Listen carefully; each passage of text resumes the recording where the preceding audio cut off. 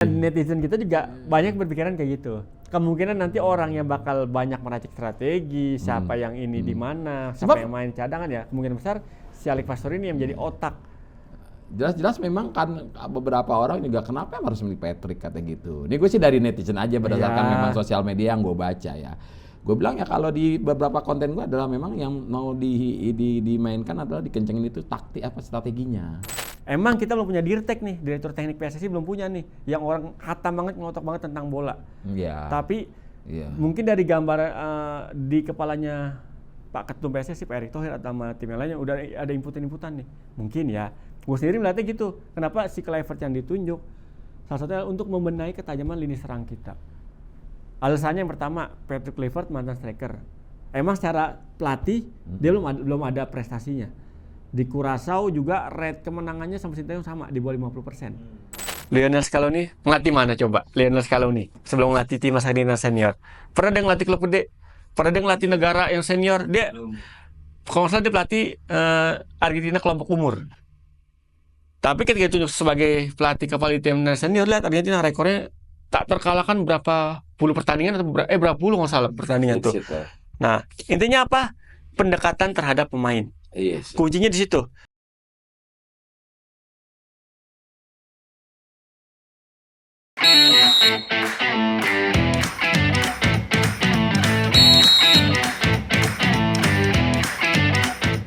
Iya.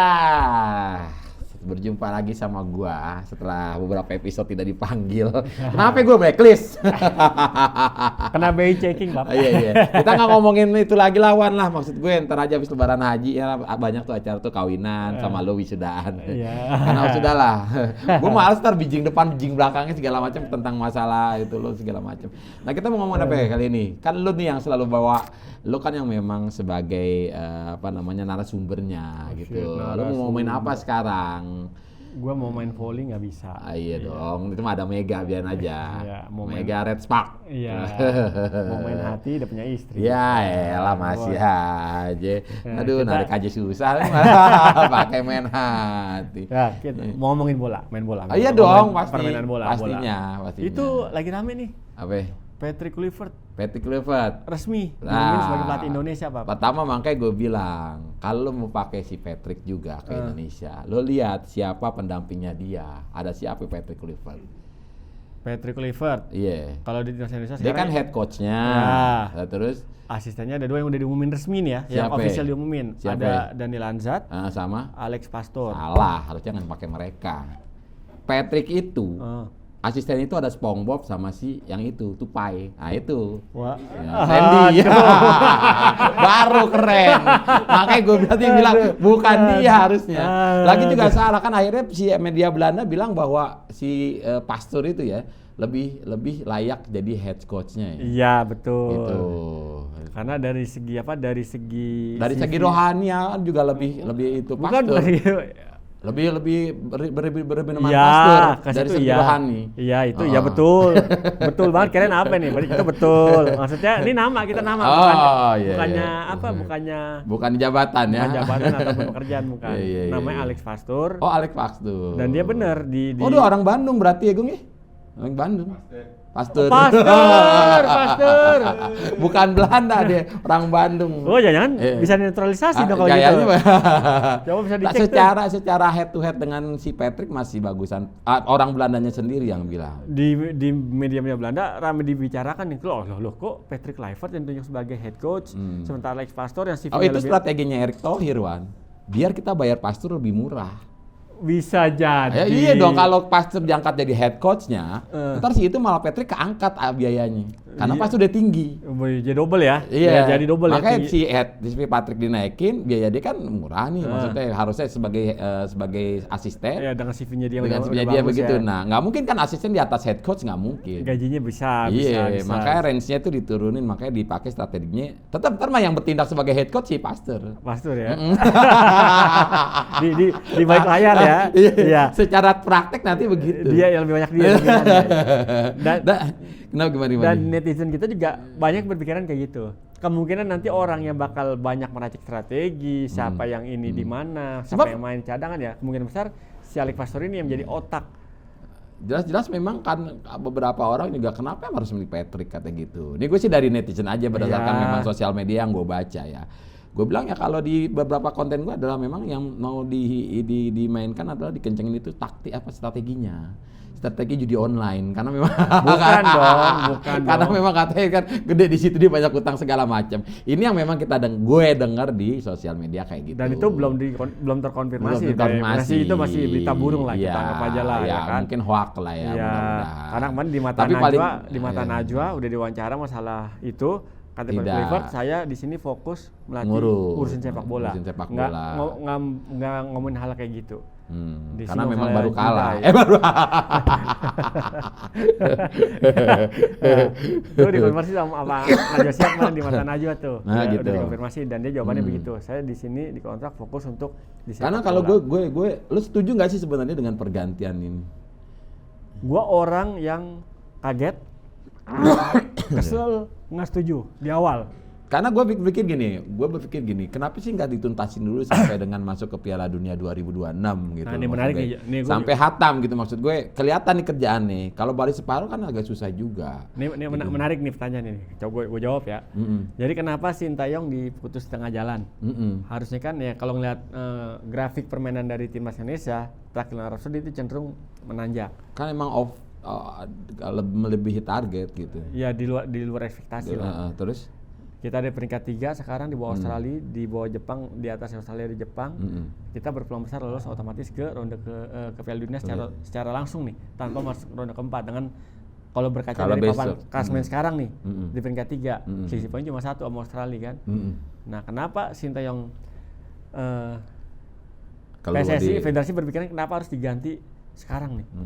Karena kan beritanya Pak Erick Thohir itu beritanya sebenarnya udah ada pemikiran kayak gitu pas Oktober. China lah setelah atau sebelum lawan China yang itu karena kapten diganti. Udah ada desas-desusnya ini ada suatu yang dinamika bahasanya, dinamika yang terjadi di belakang layar. Entah dinamika apa nggak dibuka secara gamblang, tapi kan netizen udah nekan nih, mungkin pola komunikasi nih. Karena ya logikanya misalnya lo guru gua, lo guru dari Korea misalnya nih, ngajar di sekolah di Indonesia. Ke murid cuma bisa bahasa Inggris, lo nggak bisa bahasa Inggris, nyampeinnya mesti pakai translator. Kira-kira sebagai murid puyeng nggak? Nggak aja sih gue sih. Nggak dengerin nih, waktu sejam nih pelajaran, lo nyampein materi nih. Sekarang gini, apa yang mau gue puyungin? Ngerti juga enggak. Gitu. Jadi nggak puyeng gue. Gue nggak ngerti. Kalau puyeng itu begitu lo ngerti sesuatu. Gue nggak tahu nih jawabannya karena lo mengerti soalnya. Kalau lo ngerti apa-apa nggak bakal puyeng, Wan. Kayak gue lo ngomong macam gue nggak peduli, nggak tahu gue artinya. Gitu loh, Wan, nggak puyeng. Di situ benar, maksudnya nggak ke situ arah enggak. Bukan di situ masalahnya. Iya, karena lo harus berlapis dulu dengan si translator ini. Iya, lo translator, ngomongnya translatein, nah murid baru denger. Ini mirip kayak jokesnya Mo Sidik komika tahu dong. Dia di Afghanistan tuh, stand up. Itu kan Afghanistan banyak bahasa-bahasa, ada bahasa Urdu apa gitu. Nah dia pernah stand up tuh bukan bilingual lagi, trilingual.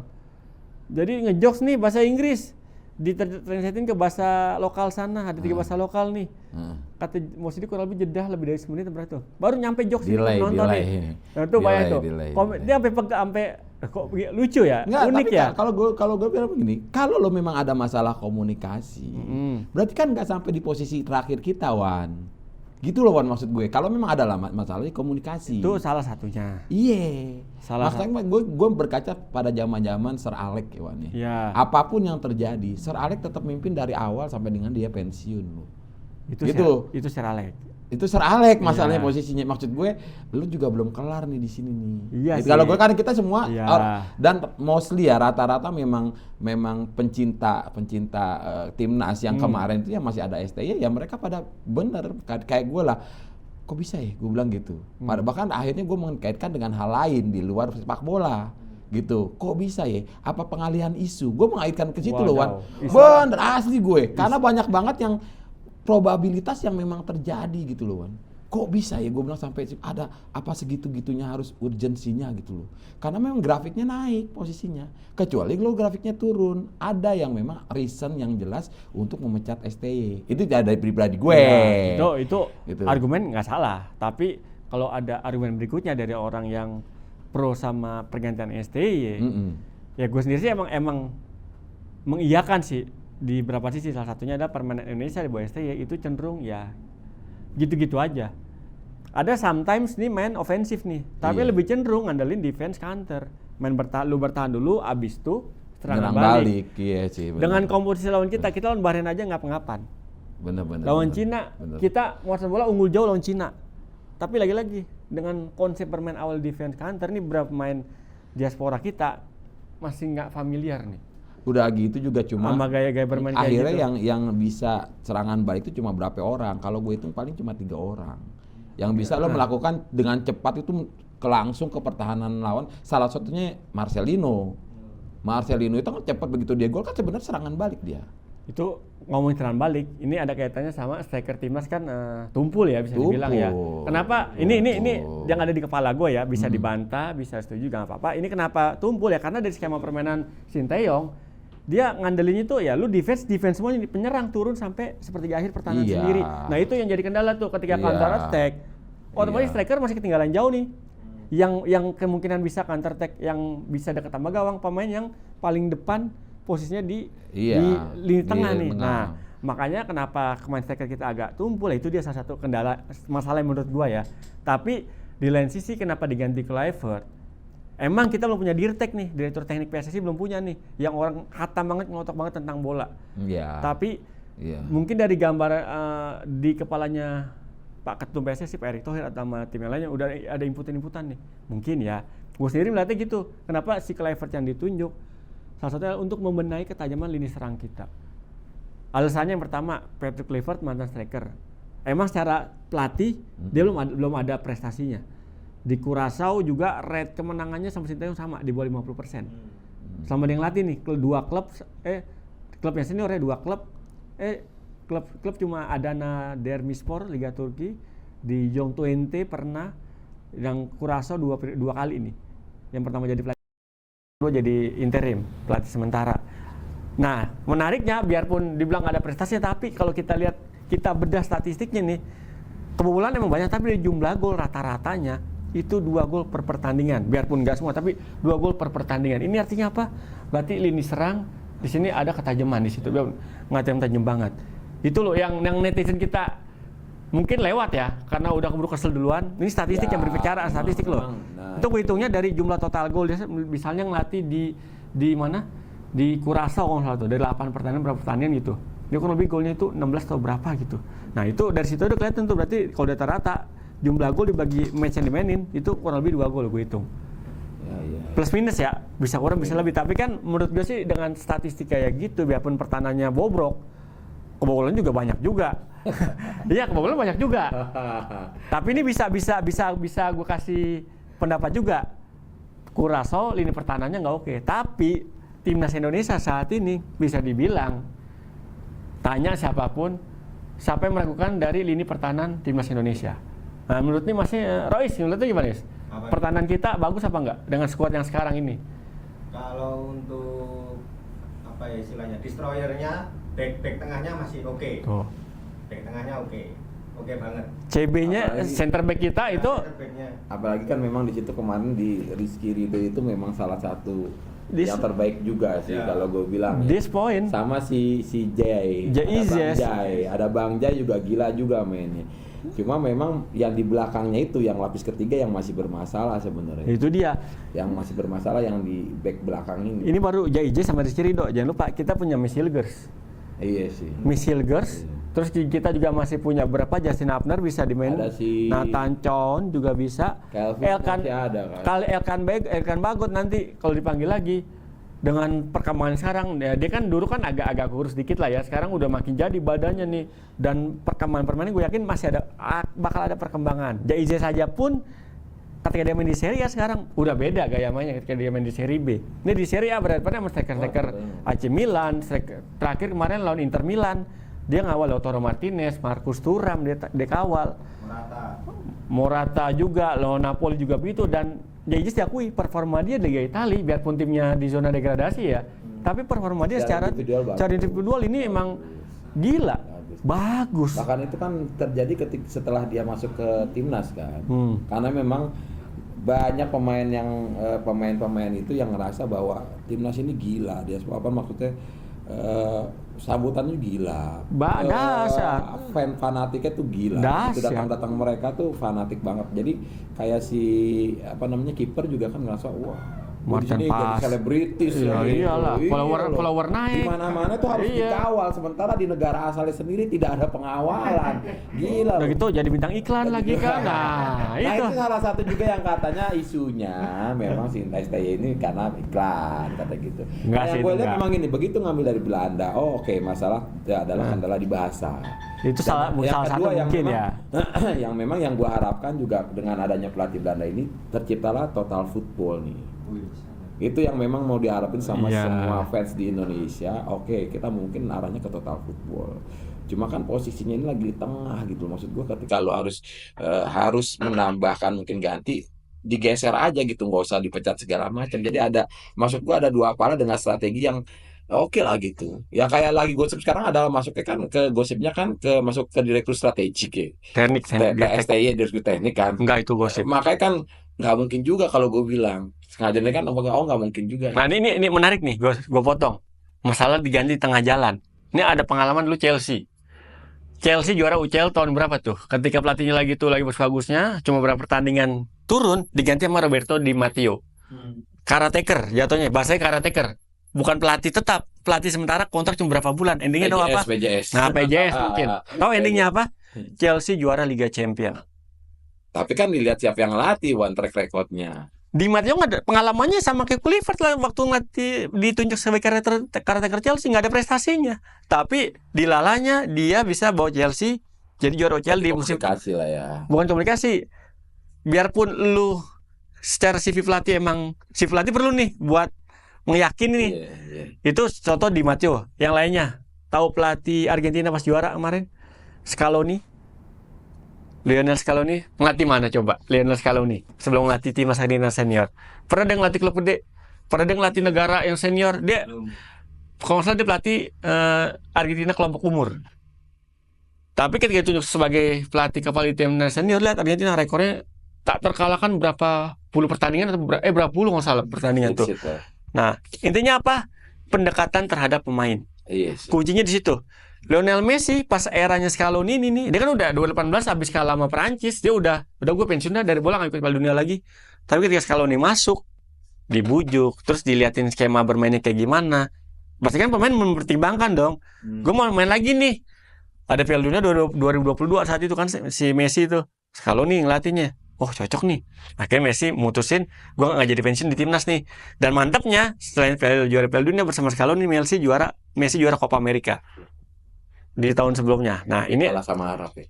Kalah sama Arab 2-1. Nah kalah sama Arab 2-1. Itu kan ramai diperbincangkan, itu menjadi gunjingan dong. Argentina kalah sama Arab, tapi abis kan dibuktiin sama Scaloni. Jadi yang lo bilang juga, maksud gue gini, ketika kita udah nyaman dan kita juga sebagai masyarakat awam juga udah nyaman dengan STY, nah itu diganti, maksud gue tiba-tiba diganti. Salah satu kan lo bilang tadi memang faktor kenyamanannya lo sama si pelatih, sedangkan kita tahu si STY itu kayak gimana gitu loh. Nah mungkin sih harapan gue sih gak Patrick ini bisa begitu, bahkan bisa lebih ya, karena lo bilang tadi sih kan memang kita lihat beberapa hero juga, beberapa coach yang bagus awalnya tidak punya prestasi, nggak bisa dibanggain gitu. Nah mudah-mudahan sih kalau memang kelihatannya juga begitu, kita sih ngarepin Patrick bisa membawa perubahan. Yang jelas satu hal, tidak ada lagi kesulitan masalah komunikasi. Itu satu hal. Yang kedua mungkin akan diterapkan, gue juga berpikir mudah-mudahan total football bisa diterapin nih di timnas nih. Karena kan Belanda kan memang total football nih mainnya. Nah itu bisa diterapkan di situ. Lepas dari kontroversi segala macam. Makanya mungkin juga STY punya berapa tahun dia di kontrak? 5 tahun kurang lebih. 5 tahun. Enggak yang melatih Indonesia ya. Di kontrak perpanjangan kemarin sampai 2027 harusnya selesai kontraknya. Si STY. Nah, itu juga yang salah satu juga kan akhirnya enggak kok dia dibayar sampai sisa kontrak. Kompensasi kan? Enggak, bukan dibayar, ada penaltinya. Si Indonesia PSI-nya itu kan. Belum selesai kontrak kan. Putus nah, kontrak. Itu yang memang mungkin pertimbangan lain gitu maksud gue. Nah, ini juga maksud gue dilihatlah nanti beberapa tahun ke depan apa juga memang kejadian seperti itu atau enggak. Karena kan memang di sepak bola kalau lo jatuh dikit tinggal renang doang. Di pelatih kan begitu. Nah, yang tadi gue terus ini, yang pelatih kalau ini tadi sama kenapa dia bisa bagus tadi? Karena ada tim pelatihan yang mendukung, support. Tim asisten tadi, asisten pelatih nih, yang pasti kan dua asisten pelatih nih tadi, Danny Lanzat sama Alex Pastoor. Media Belanda udah bilang ya ini udah nggak usah diraguin lagi lah. Netizen di Belanda, timnya Patrick Kluivert ini bisa menopang Patrick Kluivert untuk meracik, mencari strategi permainan yang pas buat nanti ngelatih Indonesia di sisa perjalanan Indonesia di babak kualifikasi Piala Dunia ronde ketiga. Itu satu. Yang kedua, total football kemarin pas press conference Patrick Kluivert ya intinya dia lebih senang main menyerang. Itu di press conference di Mata Najwa dia bilang, ditanya Mata Najwa apakah lu bakal main dengan pola 3 back? Saya lebih cenderung suka dengan pola 4 back. Bertahan juga berarti. Enggak bisa bertahan, bisa nggak dengan pola 4 back otomatis kalau main ST kan 3-5-2 nih. Berarti ada pakai wing back. Kalau pola 4 back pasti kita otomatis pakai full back. Nah, kalau main dengan pola 4 back menurut lagi-lagi dengan skuad yang sekarang ini udah matching banget. Di kanan kita punya Kevin Dix, di kiri punya Calvin Verdong, di tengah tadi ada Jay Izes, CB-nya ada Rizky Ridho, kemudian ada Miss Hilgers nanti. Hapner bisa taruh situ, ada Elkan Bagot nanti kalau dipanggil, ada Ferrari ya kan. Kita nggak tahu, kalian nanti Ferrari langsung cesplong ya kan performanya kan, karena pelatih baru nih, gue mesti tunjukin nih ya kan. Itu satu sisinya. Tadi menjawab apa masalah total football, tapi dia nggak, nanti tergantung kelihatan kebutuhan tim nih di pertandingan siapa yang dihadapin. Iya benar. Dan menarik lagi Patrick Kluivert juga kemarin ditanya target lu apa ini di 2 pertandingan bulan Maret, dia bilang ya 4 poin minimal. Itu artinya apa? Nggak ada kata kalah dong. Ya, nanti Australia menang, seri. Kemarin di kandang kita menang. Kalau 4 poin ya logikanya ya. Dan menarik dari Kluivert kemarin, ini yang banyak pelatih top dunia ya, respect terhadap lawan dibilang ya. Kita di Australia kalau mau ngomong 3 poin enggak, kita harus respect terhadap lawan kita. Lihat dong lawan lu siapa. Nggak ngoyo. Iya. Mourinho, gue tambah lagi, Mourinho pun dulu pas bawa Porto jadi juara Liga Champions, nggak tahu si Mourinho latih apa. 2003-2004 tuh juara UCL loh, FC Porto. Ya kan? Makanya ya buat netizen ya sabar. Kita tunggu nih, dan Patrick Kluivert pun kasih waktu aja. Nanti kalau emang dia nggak oke, ya kita kritik. Gue bakal kritik habis-habisan juga ya kan.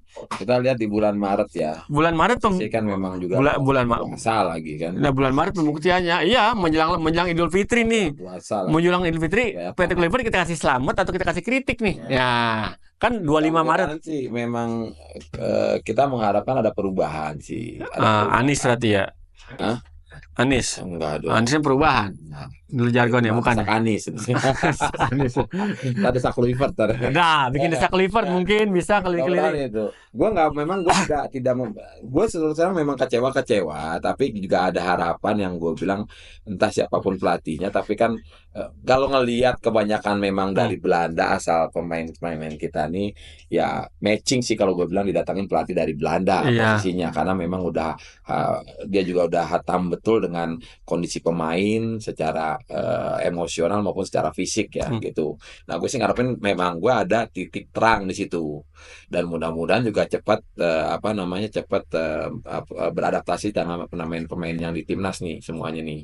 Maksud gue secara keluarganya juga bisalah mungkin bisa melebihi ST yang kemarin gitu maksudnya. Kita lihat aja nanti sekitar bulan Maret kalau dilihat dengan performa yang ada sekarang rasanya kalau gue bilang bukan hal mustahil ketika kita ngarepin 4 poin di 2 pertandingan ini. Betul. Bukan hal yang mustahil kalau kita lihat karena memang pada akhirnya juga musuh nih bakal bingung juga dengan strategi yang baru. Tadinya kan mungkin STI udah kebaca nih kayak begini-begini kan. Begitu mungkin juga salah satu pertimbangan petinggi-petinggi PSSI ini. Oh gue harus ganti begitu. Oh udah kebaca nih ntar kayak semester kedua nih ada pertandingan selanjutnya nggak kebaca nih Kluivert kayak gimana. Itu karena memang kan salah satunya memang digadang-gadang itu ya total football itu yang memang mau dibawa ke Indonesia. Ada menarik nih. Gue nonton di podcastnya Tom Haye, The Haye Way. Oke, Tom Haye punya podcast ya? Iya, sama temennya berdua. Dia sama Coach Justin lagi itu. Terus si teman Tom Haye itu dia bilang dia ngebuka tentang kejadian di Piala Dunia 2014, di mana Patrick Kluivert jadi asistennya Louis van Gaal. Oke. Di situ Belanda cuma juara 3 kalau salah 2014 tuh. Ada satu kejadian nih penyerang Belanda kelas Jans Huntelaar. Lagi itu nggak jadi pilihan utama. Terutamanya masih Robby van Persie. Oh iya aja. Nah, Louis van Gaal kan dikenal tuh pelatih yang nggak seneng bercanda, jarang banget bercanda, serius banget di ruang ganti pun. Van Gaal. Tahu siapa yang jadi badut, yang jadi penjadi suasananya? Patrick Kluivert. Jans Huntelaar pun sama Kluivert dikasih motivasi. Lu tunggu kesempatan, lu sabar, nanti ketika dapat kesempatan main diturunin, lu buktiin. Dan kalau nggak salah di perempat babak apa gitu tuh, Jans Huntelaar main, Belanda dapat penalti, Huntelaar yang nendang gol, dan itu sejak saat itu ya Huntelaar ya akhirnya karena ngikutin arahan segala macam touching dari tim kepelatihan Van Gaal saat itu ya Huntelaar bisa aja kalau dia gusar nyolot itu kesel ya kan, ngocek ke pelatih Van Gaal tahu sendiri kayak gimana kerasnya ya kan. Sejadi lu ditendang dari skuad. Iya. Sama kayak Sintayong juga bukan lebih keras kepalanya ya kan. Iya. You nggak mau ikut minggir, you sana ya kan. Nah teman-teman bisa juga kasih prediksi berapa kemenangan kita lawan Australia. Ya, Australia sama nanti Bahrain. Bahrain main di sini. GBK. Mudah-mudahan memang wasitnya juga kita dapat yang netral lah, yang adil lah gitu. Maksudnya nggak kayak kasus yang di Bahrain kemarin. Makanya masalah di waktu ya. Nanti teman-teman bisa komen berapa kira-kira apakah menang atau enggak, atau kalau memang teman-teman mau spesifik di angka berapanya monggo kan komen di bawah gitu. Makanya ini kita bakal juga kasih giveaway buat teman-teman. Asik. Mantap. Dan buat teman-teman yang kecewa karena Sintayong diganti tengah jalan, gua ajak nih teman-teman nanti pas lawan Australia kosongin GBK. Sebenarnya gini loh, nggak betul. Sih kena diganti tengah jalan nggak rugi juga karena dapat kompensasi lah buat beli rumah di Korea. Nggak, yang tadi nih buat teman-teman yang kecewa nih sama Sintayong diganti tanggal 20 nanti pas lawan Australia. Kosongin GBK. Ada memang. Kosong GBK. Kita penuhin tuh stadion di Sydney. Karena kan Australia tuan rumahnya. Ya memang gitu. Iya kan? Iya. Kosongin GBK. Kalau lu datang percuma mau nonton apa? Jadi kalau ada nobar ya, ada nobar datengin. Iya. Nanti buat teman-teman yang jawabannya yang jawabannya benar, kita bakal ajak ke Australia, kita ketemu di Opera House ya. Opera House. Oh, tiket bayar masing-masing. Ya. Di Opera House. Iya, kita tunggu di sana. Iya. Juga kalau dia bayarin kita tiket ya kan? Ya kita sama-sama berdoa di era yang baru ini, mudah-mudahan memang Pak Erick Thohir sendiri juga mungkin sudah punya intuisi kenapa pasti punya intuisi. Dia juga bisa ngelihat karena dia juga sudah pegang Inter kan untuk pengalaman dunianya kan pegang ke situ. Sekarang Oxford dan juga mungkin juga dapat beberapa insight dari teman-teman sesama pengusaha sepak bola ini pemain di industri sepak bola ini ya kenapa harus jatuhnya ke Patrick Kluivert gitu. Dan punya ada perhitungan sendiri yang jelas meskipun STY di tengah jalan tapi ada kompensasi buat beliau dan mungkin juga bisa untuk melatih yang lain. Dan juga nih buat teman-teman sekalian ini kan sekarang banyak media sosial beredar nih nama-nama asisten pelatih. Sekarang tanggal berapa sekarang nih? Tanggal 13. Ini upload belum tahu kapan ya. Sekarang tanggal 13. Tadi di konferensi pers di Kemenpora konsul habis teman Patrick Kluivert sama Kemenpora kan ada isu katanya asisten pelatihnya siapa tuh yang lokal katanya ada nama Irfan Bahdim lah, terus Rafael Maitimu lah. Ingat ya itu nggak benar, itu hoax, sudah dikonfirmasi ya. Belum ada nama asisten pelatih yang diumumin selain 2 orang itu, Denny Lanzat sama Alex Pastor. Nanti untuk info lebih lanjut nanti Patrick Kluivert yang bakal ngumumin secara resmi. Nanti kemungkinan dari lokal Kluivert udah bilang ada 2 kemungkinan pelatih lokal. Nanti milih Patrick Kluivert bukan di PSSI. PSSI cuma nyodorin berapa nama, mungkin kurang lebih rekomendasi mungkin 10 nama kurang lebih, nanti Patrick Kluivert yang milih nih. Mau jadi asisten dia dari pelatih lokal yang besok Dewata sama Dewa United nanti bulan Februari tanggal 8 lawan Persija. Karena 5 pemain nasional. Karena di situ ada timnas, dia bakal review juga di situ. Di situ kan ada Kambuaya, ada Egi, ada Rido, lagi sih ada Ferrari. Ada berapa lagi? Ada 1 lagi 5 orang main kurang lebih. Nah, makanya ini penting buat kita semua terus dukung timnas Indonesia dan langkah kita ke Piala Dunia 2026 peluangnya masih gede banget. Tenang. Peluang ya, pokoknya pasti. Tanah airku masih the best. Iya. Malaysia mau ikutan nggak bisa. Ya. Thank you.